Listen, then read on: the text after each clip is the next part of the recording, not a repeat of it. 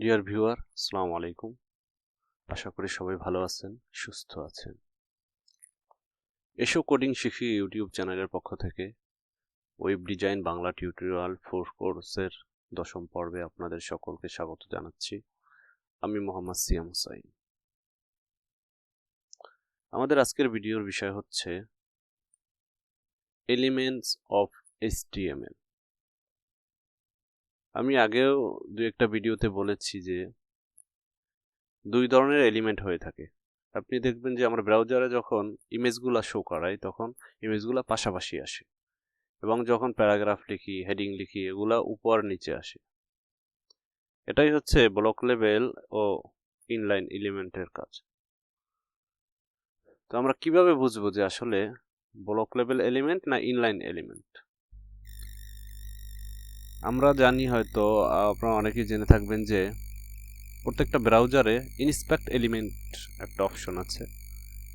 যেমন আমরা এখানে একটা ব্রাউজারে আমাদের একটা ইমেজ শো করাচ্ছি। এখানে যদি আমরা এই ইমেজটাকে ডুপ্লিকেট করে দেই, আমরা কন্ট্রোল ডি চেপে এটাকে 4-5টা ইমেজ করে দিলাম।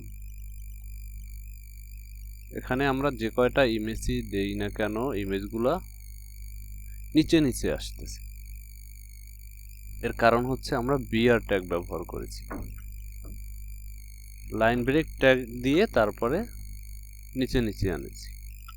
কিন্তু আমরা যদি লাইন ব্রেক ট্যাগগুলা কেটে দেই তাহলে দেখব যে আমাদের ইমেজগুলা পাশাপাশি চলে এসেছে।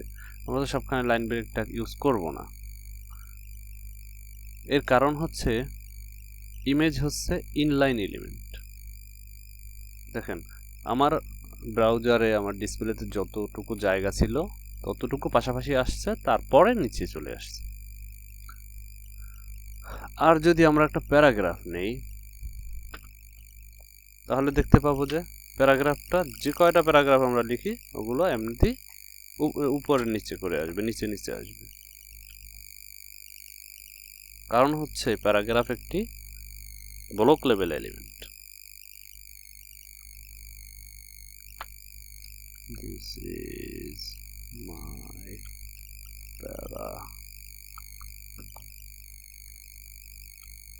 প্যারাগ্রাফ। আমরা ছোট একটি প্যারাগ্রাফ নিলাম।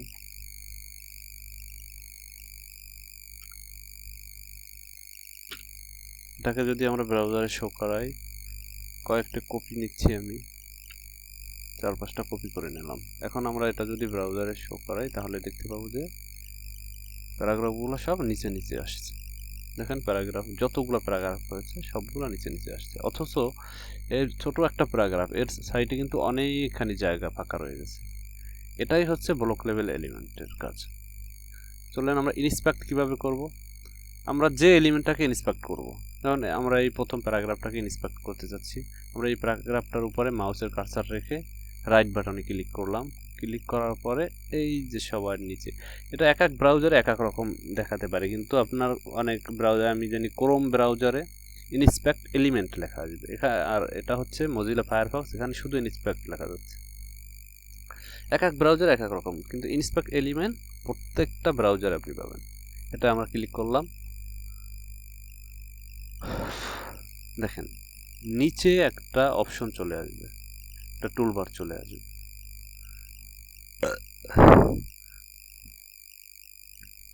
আমরা যে এলিমেন্টটাকে ইনস্পেক্ট করেছি সেই এলিমেন্টটা ওপেন হয়ে একটা টুলবার চলে আসবে।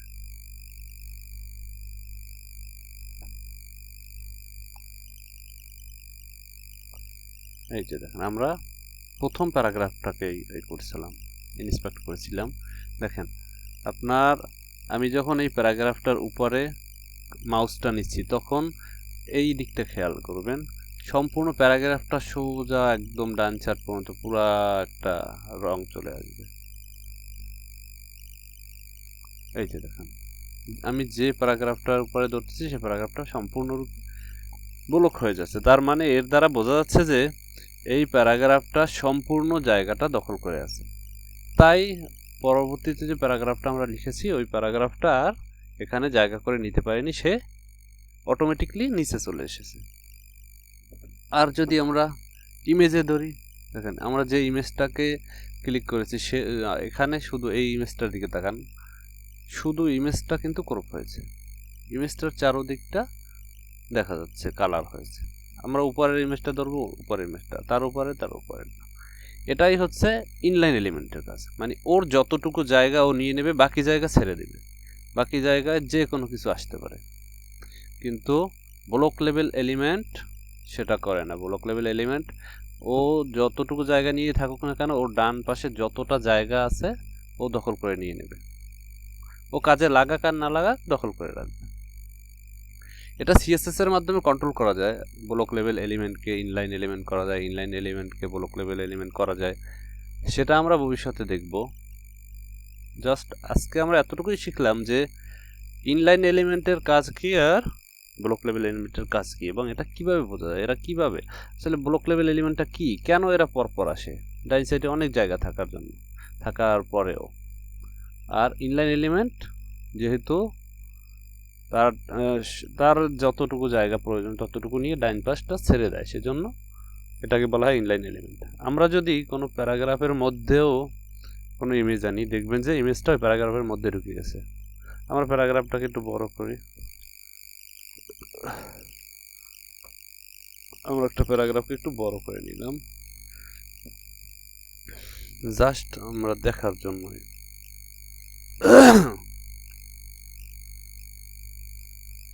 আমরা এখান থেকে কিছু প্যারাগ্রাফ কেটে দিচ্ছি। আমরা এর মধ্যে একটা ইমেজকে কল করি,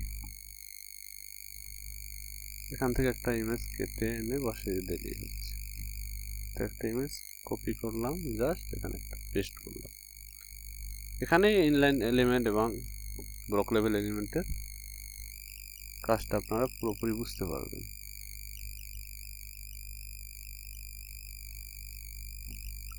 দেখুন আমরা একটা প্যারাগ্রাফ নিয়েছি, প্যারাগ্রাফের মধ্যে যে জায়গাটায় আমরা একটি ইমেজ ঢুকিয়েছি ওই জায়গাটায় ইমেজটা চলে আসছে। দেখেন এখানে দিস ইজের পরে আমরা ইমেজটা দিয়েছি, এখানে ইমেজটা আসছে, তারপরে আবার কিন্তু লেখা শুরু হয়ে গেছে। তার মানে হচ্ছে ইনলাইন এলিমেন্টকে আপনি যেখানে ব্যবহার করবেন সেখানেই এসে বসে যাবে, কিন্তু ব্লক লেভেল এলিমেন্টকে আমরা যেখানে বসাবো ও ডান সাইডের সকল জায়গাও নিয়ে নেবে। আমরা আজকে আরেকটা কাজ শিখবো, আশা করি এটা আপনার বাসায় প্র্যাকটিস করবেন। আমরা যে বিভিন্ন ধরনের এলিমেন্ট লিখতেছি, প্যারাগ্রাফ লিখতেছি, হেডিং লিখতেছি, ইমেজ লিখতেছি, যখন আমরা একটা পরিপূর্ণ ওয়েবসাইট তৈরি করব তখন হাজার হাজার লাইন কোড আমাদের লিখতে হবে। যখন আমরা হাজার হাজার লাইন কোড লিখব তখন নিজেরাই অনেক সময় এডিট করতে গেলে বিভ্রান্তিতে পড়ব। তাই একটা কমেন্ট সেকশন আছে, এই কমেন্ট করে রাখলে যেটা আমরা যদি এখানে আমরা যা লিখতেছি, আমরা একটা প্যারাগ্রাফ লিখলে কিন্তু ব্রাউজার শো করে। আমরা যে কোনো একটা হেডিং লিখলাম, একটা this is heading, this is our heading, heading 1। আমরা এটা লিখে সেভ করে ব্রাউজারে যদি আমরা রিফ্রেশ করি আমাদের এটা ব্রাউজারে শো করবে।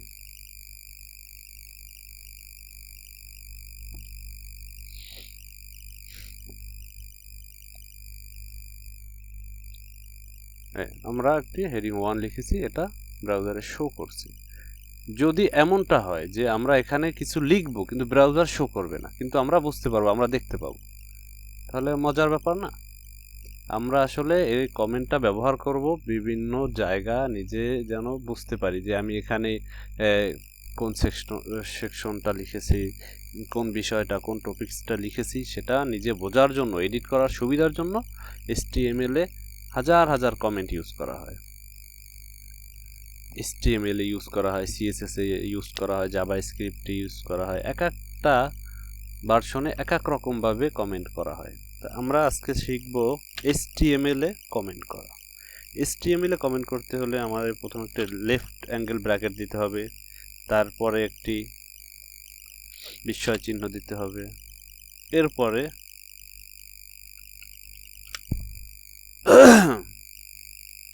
চারটা স্ল্যাশ চিহ্ন দিতে হবে, তারপরে একটি রাইট অ্যাঙ্গেল ব্র্যাকেট দিতে হবে। এর ভিতরে আমরা যা লিখব, এর ভিতরে আমরা যাই লিখি না কেন এটা ব্রাউজারে শো করবে না, বাট এখানে থেকে যাবে। যেমন আমি এখানে লিখতে পারি দিস টিউটোরিয়াল আর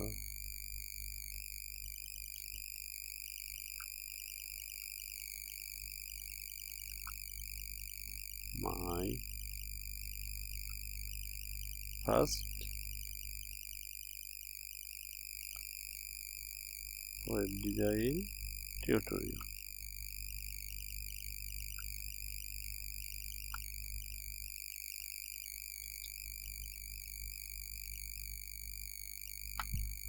আমরা এখানে বড় করে একটা কমেন্ট লিখলাম, this tutorial my first web design tutorial. কিন্তু আমরা যদি এখানে সেভ করলাম, আমরা ব্রাউজারে যাই, ব্রাউজারে রিফ্রেশ করলাম, দেখেন এখানে কিন্তু কমেন্টের মধ্যে যে লেখাটা লিখেছি সেটা আসেনি। এরকম করে হিউজ পরিমাণ আপনি যে কোনো জায়গায় আপনি যে কোনো এলিমেন্টের উপরে কমেন্ট লিখে দিতে পারেন, সেটা আপনার জন্য সুবিধা, আপনার নিজের বোঝার জন্য সুবিধা। যখন আপনি যে ওয়েবসাইটটা করে দিবেন সেটা যে ডেভেলপ করবে, ডেভেলপারের জন্য সেটা সুবিধা হয়। তাই ভালো কোডিং, স্ট্যান্ডার্ড কোডিং করতে হলে অবশ্য কমেন্ট করে করে করতে হয়। যেহেতু এখানে আমরা একটা ইমেজ দিয়েছি, আমরা এখানে লিখতে পারি ইমেজ ইন HTML।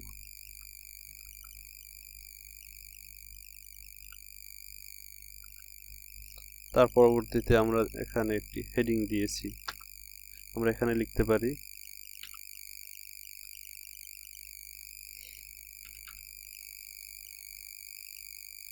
হেডিং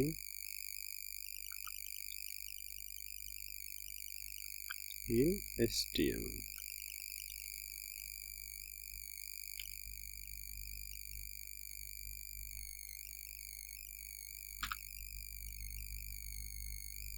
এভাবে করে কমেন্ট করতে হবে।